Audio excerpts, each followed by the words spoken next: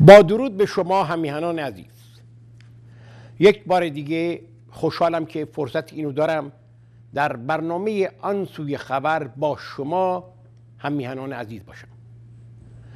در این برنامه ابتدا از شدت گرفتن بیماری روانی خامنه‌ای میگویم، سپس از مریم میرزاخانی، این بانوی ایرانی برنده جایزه نوبل ریاضیات و نقش زنان در جامعه ایران خواهم گفت و آنگاه از فاجعه آوارگان ایزدی و نقش درهم و برهم قدرت‌های بزرگ در رابطه با داعش، این نیروی ویرانگر خواهم گفت و اینک از بیماری خامنه‌ای میگویم. همیهنان عزیز اطلاع دارند که این آقای خامنه‌ای به یک بند بازی تشبیه میشه کرد کارای اینو که دائم از این بند به اون بند میپره و احتمالاً در این پرش ها ایشون زمین هم خواهد خورد، یکی دو بارم خورده و دیگه این دفعه شاید بلند نشه. برای اینکه دائما یک جا میگه که برید مذاکره کنید، این مذاکره خیلی خوب است، نمیدونم شما نرمش قهرمانانه داشته باشید. یه جا میاد میگه که نخیر آقا، نرمش قهرمانانه اصلا چیه، شما باید گردش قهرمانانه بکنید. یه جا میگه شما باید نمیدونم آرام ولی مطمئن برید جلو، یه جا میگه اصلا نباید برید جلو. به هر حال همه رو گیج کرده. البته همه که خود اونا همه هم مثل خود اینن، در حقیقت مات و متحیر موندن که تکلیفشون با این جانور چیه. اینها دچار یک بیماری روانی شده این خامنه‌ای و این بیماری روانی بدجوری گریبانگیر او رو گرفته و داره تسری پیدا میکنه. همیهنان عزیز، در هر کشوری که یک قانونی داره، یه ثباتی برخورداره، معمولاً در این جور مواقع که رهبری به جنون میرسه، نمایندگانی از مجلس سنا و مجلس شورا، مجلس نمایندگان حقیقی، اینها به اضافه کارشناسان حقوق قانون اساسی و حقوقدانان بسیار کارکشته دور هم جمع میشن و یک کمیسیون پزشکی تشکیل میدن و از این کمیسیون پزشکی میخوان که بگن که آقا این آدم دیگه دیوانه است، نمیتونه رهبری کنه و اونو بذارن کنار.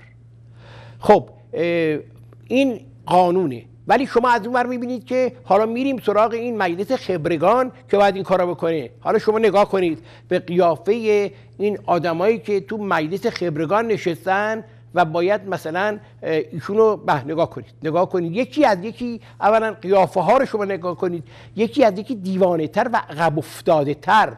در کشوری که 70% جمعیتش زیر 30 ساله، نگاه کنید چه جانورانی بر اون دارن حکومت میکنن.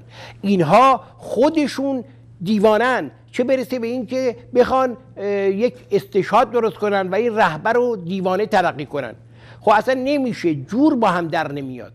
فقط مگر اینکه مردم با یک حرکت مدنی خودشون از دیدن این آدما و اینکه اینا رهبرانشون هستن یک کمی خونشون به جوش بیاد و با حرکت‌های مدنی خودشون یک جوری بگن آقا این دیوانه است. نمیشه اصلا، نه که این دیوانه است، تمام اعضای تشکیل دهنده حکومت جز دیوانگانن و اینا باید برن و هیچ راهی هم غیر از این نیست. خب دیوانگی این حاکمان قدرت به قدری زیاده در موارد مختلف و به قدری توسعه داره و گسترش پیدا کرده که هر چی دربارش بگیم کم گفتیم. نمونه های بسیار زیادی است از دیوانگی این آدم ها و تشنه به خونی اینا که هرگز هم سیراب نمیشن. مرتب اعدام، مرتب کشتار. اخیراً هم باز دوره برای 5 سال دیگه این آقای لاریجانی رو، همین آقای به اصطلاح این قاتل حرفه‌ای رو رئیس قوه قضاییه انتخاب کرده، چون خیلی به مذاق آقای خامنه‌ای خوش آمده است از این کشتارها و بیدادگری هایی که دارن انجام میدن. میرویم و باز میگردیم.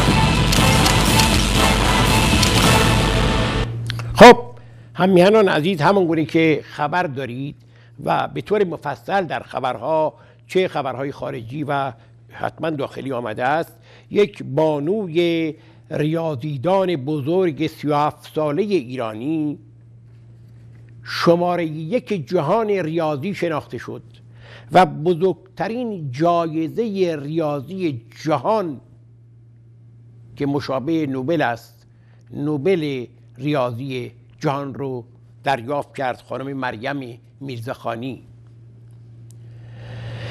لازمه بهتون اینجا بگم که این جایزه‌ای که بهشون پرداخت شده حتی بالاتر از جایزه نوبل، به خاطری که نوبل اصولا در لیست خودش ریاضی رو حذف کرد، ولی که این سازمان اومد و به خاطر کارهای بسیار ارزشمند و یگانه‌ای که تحول عمیقی در ریاضیات حاصل خواهد کرد به این خانم مریم میرزاخانی داد.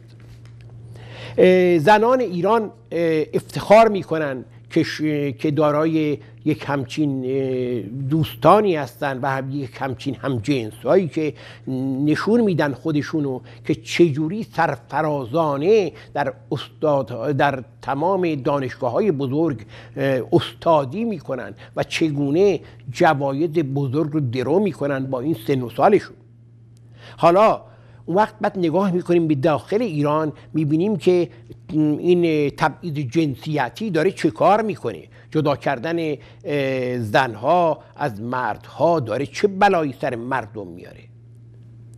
آیا واقعا این خانم که الان به این شکل داره درس میده در کلاس درس، این فیلمی از کلاس درس اون در دانشگاه، در یکی از دانشگاه‌های آمریکا، و خب دیگه استادی بزرگش در ریاضیات معلوم شد و ابتکاراتی که در مورد شکل‌های هندسی غیر متعارف و اندازه‌گیری‌هاش داده و اصلا یک شگفتی بزرگی ایجاد کرده در ریاضیات. خب ایشون الان با این حجاب نداره و داره با این، ایشون گناه مرتکب شده و آیا مردی هست که به ایشون نگاه به قول معروف شهوانی داشته باشه؟ واقعا نفرین بر شما که اصولا این دیدو دارید. بیشتر این آخوندها از خودشون میترسن. مردمی که نتونن به خاطر موی سر یک دهن یا هر پوشش دیگه‌ای جلو خودشونو بگیرن، به درد لای جرز فقط میخورن. اینا خودشونو نمیتونن کنترل کنن و بیمارن، یا انسانهای بیمارن و زورشون فقط به زنها میرسه و میخوان زنها رو یه کاری کنن که اونا رو تو پوشش بدارن که به هر حال مرتکب گناه نشن. اونا حتی اگر راست میگن، اگه این آدما خیلی به اصطلاح آدمای مؤمنی هستن، اگه حتی مایو هم بپوشن و رفت آمد کنن زنا، نباید اینا اعتنایی بکنن، نباید عین خیالشون باشه. ببینید الان تصویرهایی میبینیم که از این ابتکارات این ریاضیدان بزرگ که اشکال نامتعارف رو چجوری باید اندازه گیری کرد و چجوری در شکل‌های گوناگون و تغییراتی که میتونه بده چه شکلی میتونه اون تغییرات محاسبه کنه. یک ریاضی واقعا دهشت‌انگیز هندسی شاهکاری است که الان حالا دنیا سالها دربارش حرف میزنه، چون وارد پروسه درس‌های ریاضیات بالا، ریاضیات فضایی شده. به راستی وقتی آدم این بانو رو میبینه و این فیلم ها رو داره نگاه میکنه که چه کار کرده واقعا این بانوی بزرگ، و وقت مردم، جامعه ایرانی، حکومت ایران البته چجوری نگاه میکنه و هی میخواد تبعیض جنسیتی بداره از آقای شهردار قالیباف. خجالت نمیکشی آقای شهردار، آقای قالیباف یا دیگرانی که هوادار او هستید؟ شما خجالت اگه سرتون میشه یک در خجالت بکشید، ببینید چه کار میکنه این بانوی عزیز. خب حالا رفتار ناشایست خودشون میخوان به گردن این بندازن که خب زنها اینجوری میپوشن، ما نمیدونم خودمون رو نمیتونیم نگه داریم و حالی با حالی میشن. یعنی نمیدونم با اینا باید چی گفت و یا اصلا نام انسان رو بر اینها گذاشت یا نه. حالا یه چیزی هست بهتون بگم که حتی خود این آخوندا اینقدر متناقض رفتار میکنن. در مورد همین مسئله حجاب هم اینا بر علیه خود قرآن دارن عمل میکنن. برای اینکه اگر یوسف و زلیخا و اگر داستان یوسف و زلیخا که در قرآن هست، البته اونم از تورات گرفته، اگر یوسف و زلیخا چادر چاکتور داشت و خودشو میپوشوند اینا، اصلا داستان یوسف به وجود نمی اومد. یوسف برای این مورد تکریم بارگاه الهی قرار گرفت که دونست خودشو در برابر زلیخا نگه داره و امیال شهوانیشو در حقیقت حفظ کنه، وگرنه که اگه اون چاقدور چاقچوری بود این داستان اصلا به وجود نمی اومد. خب همینم اگر شما واقعا راست میگید و درست پندار هستید، اصلا بذارید همه با مایو برن تو خیابونا این ور اون ور و کسی هم جلو اینا رو نگیره. شما چشماتون رو درست کنید. به نظر من و به نظر بسیاری از جامعه شناسا و خمینی این مظهر پلیدی هم یهویی عکسش ظاهر شد. شما اگر راست میگویید و اگر درست میپندارید و میخواید جلوی خودتون رو بگیرید، چه کار دارید که خانم ها چگونه میپوشن؟ شما درست رفتار کنید، چشمای شما پاک باشه. به نظر من حجابی که شما میگید باید به سر مردا باشه، به سر زنها باشه، در حقیقت یک نوع توهین به مردهاست. یعنی اینقدر شما مردها نمیتونید جلو خودتون رو بگیرید و شهوات حیوانی شما زود به قلیان میاد که دیگران رو مجبور میکنید خودتون رو بپوشونن. مردهای ایرانی، شما میتونید زیر بار این حقارت برید، این حقارت رو از خودتون دور کنید. دخترها و زنهای ایرانی دارین میبینین مدت ها از خودشون دور کردن و دارن به مبارزاتشون ادامه میدن. شما هم یار اونا باشید. میریم و باز میگردیم.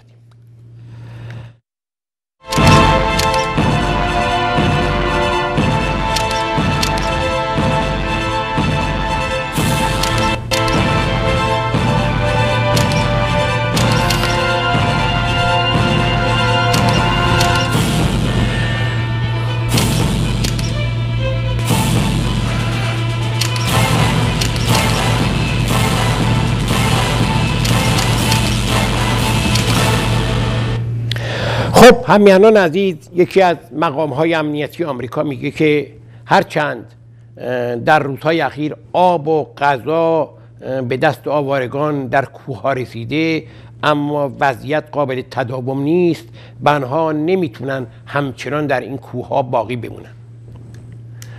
سیاست‌های به راستی نابخردانه آمریکا و دست‌های پیدا و پنهان انگلیس و فرانسوی ها داره کار دست هم میده. البته فرانسوی ها دارن قاطع تر حرکت میکنن.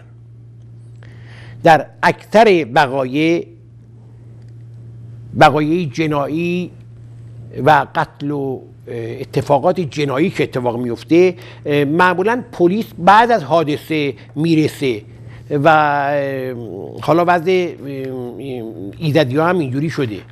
اونها و مسیحیان دیگر بر این باور هستن که داعشیان، همین که ابتدا آمریکا اونا رو داشت در حقیقت مسلح کرد و بعدم دولت فقیمه غولی رو از شیشه خارج کردن و باز نابخردانه، واقعا نابخردانه، با کمال تأسف اونو به جون مردم انداختن.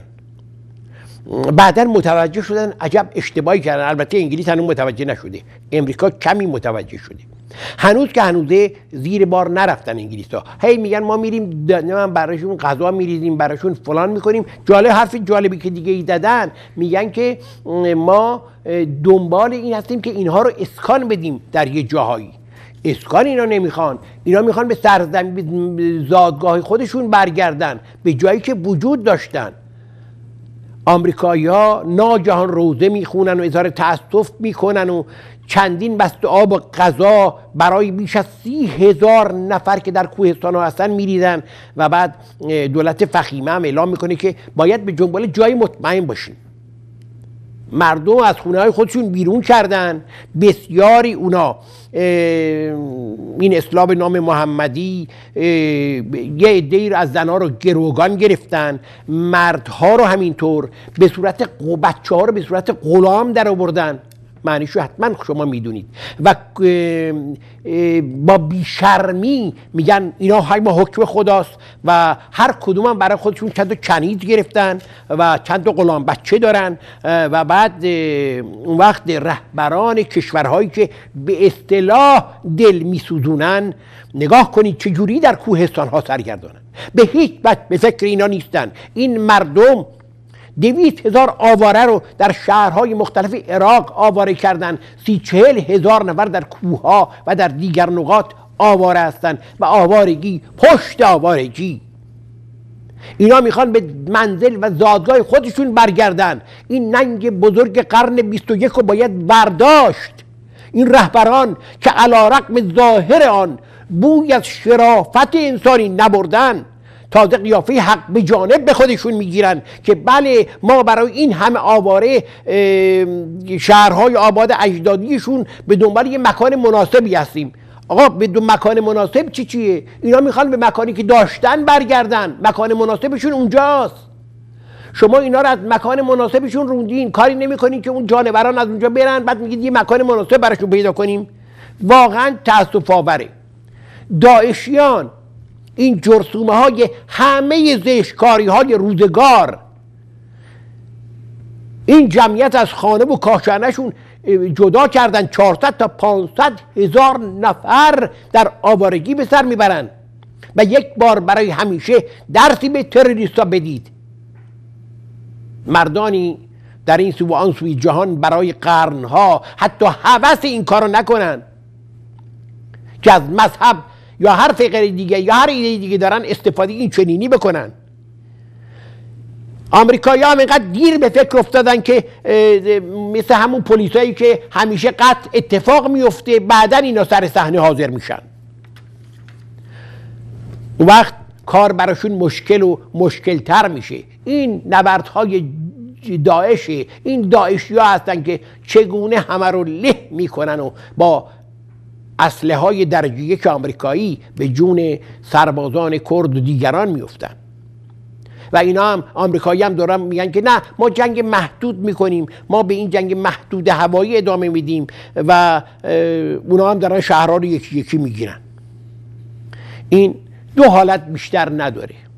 یا شما بر اساس اطلاعات غلط حرکت کردین یا بهتر اصلا حرکتی نکردین. یا میدونستین و دست به کاری نزدین یا نمیدونستین. در هر دو صورت شما روسیه‌های تاریخ هستین.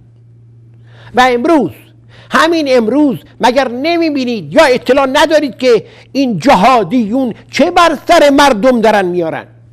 مگر نمیدونید و یا نمیبینید که چه بسیار از زنان رو به کنیزی گرفتن و اونان رو همراه خودشون کردن و اونا که همراهی نکردن کشتن؟ این همه موج فرار مگه نمیبینید؟ آقای اوباما رئیس جمهور آمریکا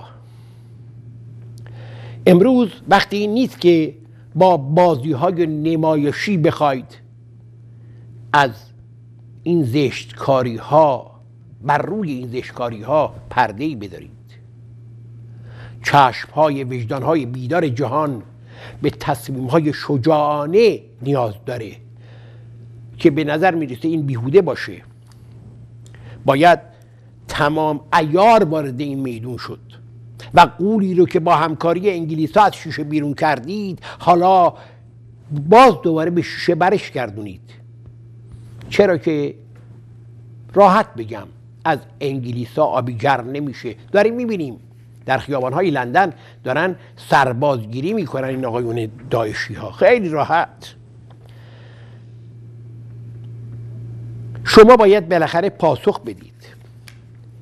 نکته جالب این که در بحبوحه همین آقای اوباما در یکی از این سخنرانیاشی که داره میگه بله ما میریم و محدود دفاع میکنیم از این حرفا و سرباز البته نمیفرستیم. نکته جالب این که در بحبوحه وحشیگری های داعش و این همه آواره شدن و کشته و زخمی، سازمان حقوق بشر و دفاع از اعلامیه جهانی حقوق بشر میاد ناگهان یه اعلامیه میده که بله آقا در زمان مصر، در زمان اخوان المسلمین که بودن و اینا خیلی اونجا شلوغ بود و این دولت مصر دست به 850 نفر از این اخوان المسلمین رو در درگیری کشت و اینها جنایتکار علیه بشریت هستند و باید محاکمه بشن. واقعا این هم یک درام تاریخی است، هم اصلا کمدی خنده‌داری سیاهه. شما کجا نشستید؟ شما وحشیگری های داعش رو تبرئه میکنید و چیزی نمیگید اینا جنایتکار علیه بشریت نیستن؟ جمهوری اسلامی که 6-7 هزار نفر رو در زندانهای ایران اعدام کرد و همه رو تیربارون کرد و بست و کشت، اینها جنایتکار علیه بشریت نیستن؟ کجا هستید؟ چرا اون موقع خفه خون مرگ گرفته بودید و حالا دم در آورده بودید، دم در آوردید و دارید حرف میزنید؟ نمیدونم جهان وارونه شده یا ما وارونه نگاه میکنیم. به یاد میارم اگر امریکا میخواد کاری رو انجام بده و از شر داعش و تسخیر سدی که در اونجا هست و گرفتن، و این سد بسیار مهمی است که اگر آبها رو واکنن حتی تا بغداد رو آب خواهد برد و از این حیوانات بعید نیست که این کار رو بکنن، یه راه وجود داره. امریکایی ها در جنگ با عراق در مرز عربستان سعودی و ببخشید در مرز کویت و عراق از یک نوع بمبی استفاده کردن که همون موقع هم یه سر و صدایی بلند شد که اینا غیر متعارف این بمب ها، ولی فوراً خوابوندن قضیه رو. این بمب ها میاد در 300-400 متری زمین با چتر نینجا در اونجا منفجر میشه و بعد منطقه وسیعی رو، البته بستگی به قدرت این بمبا داره کم و زیادش، اکسیژن منطقه به طور کلی از بین میره و برای 4-5 دقیقه یعنی کسی نمیتونه نفس بکشه.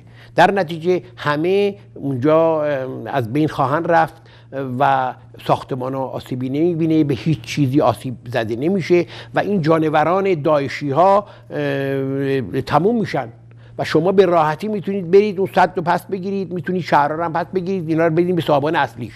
اگه اراده وجود داشته باشه که من فکر میکنم از رهبران کوتوله جهان امروز کاری ساخته نیست. میریم و برمیگردیم به روزنامه‌های فرانسه میپردازیم.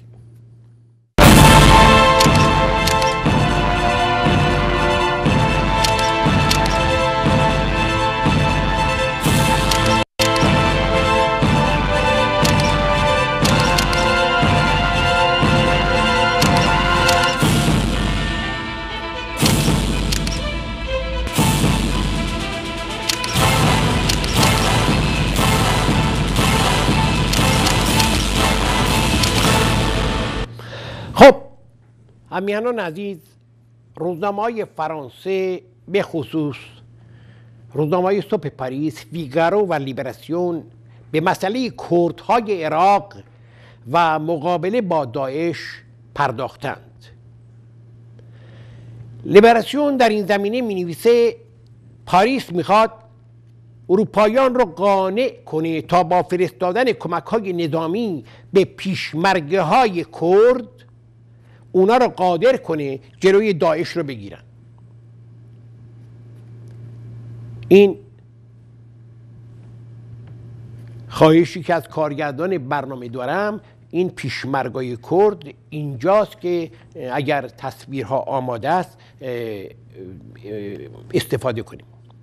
لیبراسیون روزنامه پاریس در ادامه می نویسه پیشمرگه های کرد امروز یک نیروی 100,000 نفری رو شکل میدن که بسیار کارآمدن و از نیروهای عراقی به اضافه اینکه پایگاه‌های کاملا مردمی هم دارن. پیشمرگه ها میبایست در یک جبهه 1000 کیلومتری بجنگند و سلاح‌های پیشرفته‌ای هم در اختیار ندارند و این در حالتی است که داعش که همین الان دیدین تصویر یه عده‌ای از این داعشی‌ها رو در ماه ژوئن تونست که سلاح‌های ارتش عراق رو پس از فرار سربازان این ارتش به چنگ بیاره. بنابراین لازمه که فوراً به پیشمرگ‌های کرد کمک بشه. از طرف دیگه روزنامه صبح پاریس فیگارو مسئله نیروهای داعش رو اینجوری بررسی میکنه، میگه که یورش‌های هوایی آمریکا داره با هواپیماهای جنگنده و بدون سرنشین یک مناطقی رو میدنه، جلوی پیشرفت داعش رو تا اندازه گرفته اما اثر کافی نداره. فیگارو در بخش دیگه از مطلب خودش مینویسه با هجوم هوایی آمریکا به داعش و کمک به کردها مسئله تجزیه عراق یه بار دیگه مطرح میشه و حتی مسعود بارزانی برای نخستین بار به احتمال تجزیه عراق اشاره کرده. فیگارو در ادامه مینویسه در حال حاضر به کمک آمریکاییان کردهای عراق امکانات مالی کافی برای کسب آزادی دارند، به ویژه اینکه در آغاز تابستان شهر نفتخیز کرکوک رو برای جلوگیری از پیشرفت جهادیون به دست آوردند و 40% به وسعت خود افزایش دادند. به باور مفسر روزنامه فیگارو این شکل‌گیری دوباره منطقه پیامدهایی هم برای سرزمین‌های کردنشین ترکیه و سوریه و ایران خواهد داشت، چرا که صحبت از 25 تا 30 میلیون جمعیت میره. میبینید که با چه اوضاعی جهان مواجه است و میدونید که این کارهایی که الان دارن امریکایی‌ها و دیگران انجام میدن زیاد اثر برای جلوگیری از داعش نداره. باید یک فکر عاجلی رو در این زمینه بکنن. خب هممیهنان عزیز، با تشکر فراوان از آرش برای کارگردانی این برنامه، همه شما رو به یزدان پاک می سپارم و تا برنامه آینده خدا نگهدار شما باشه.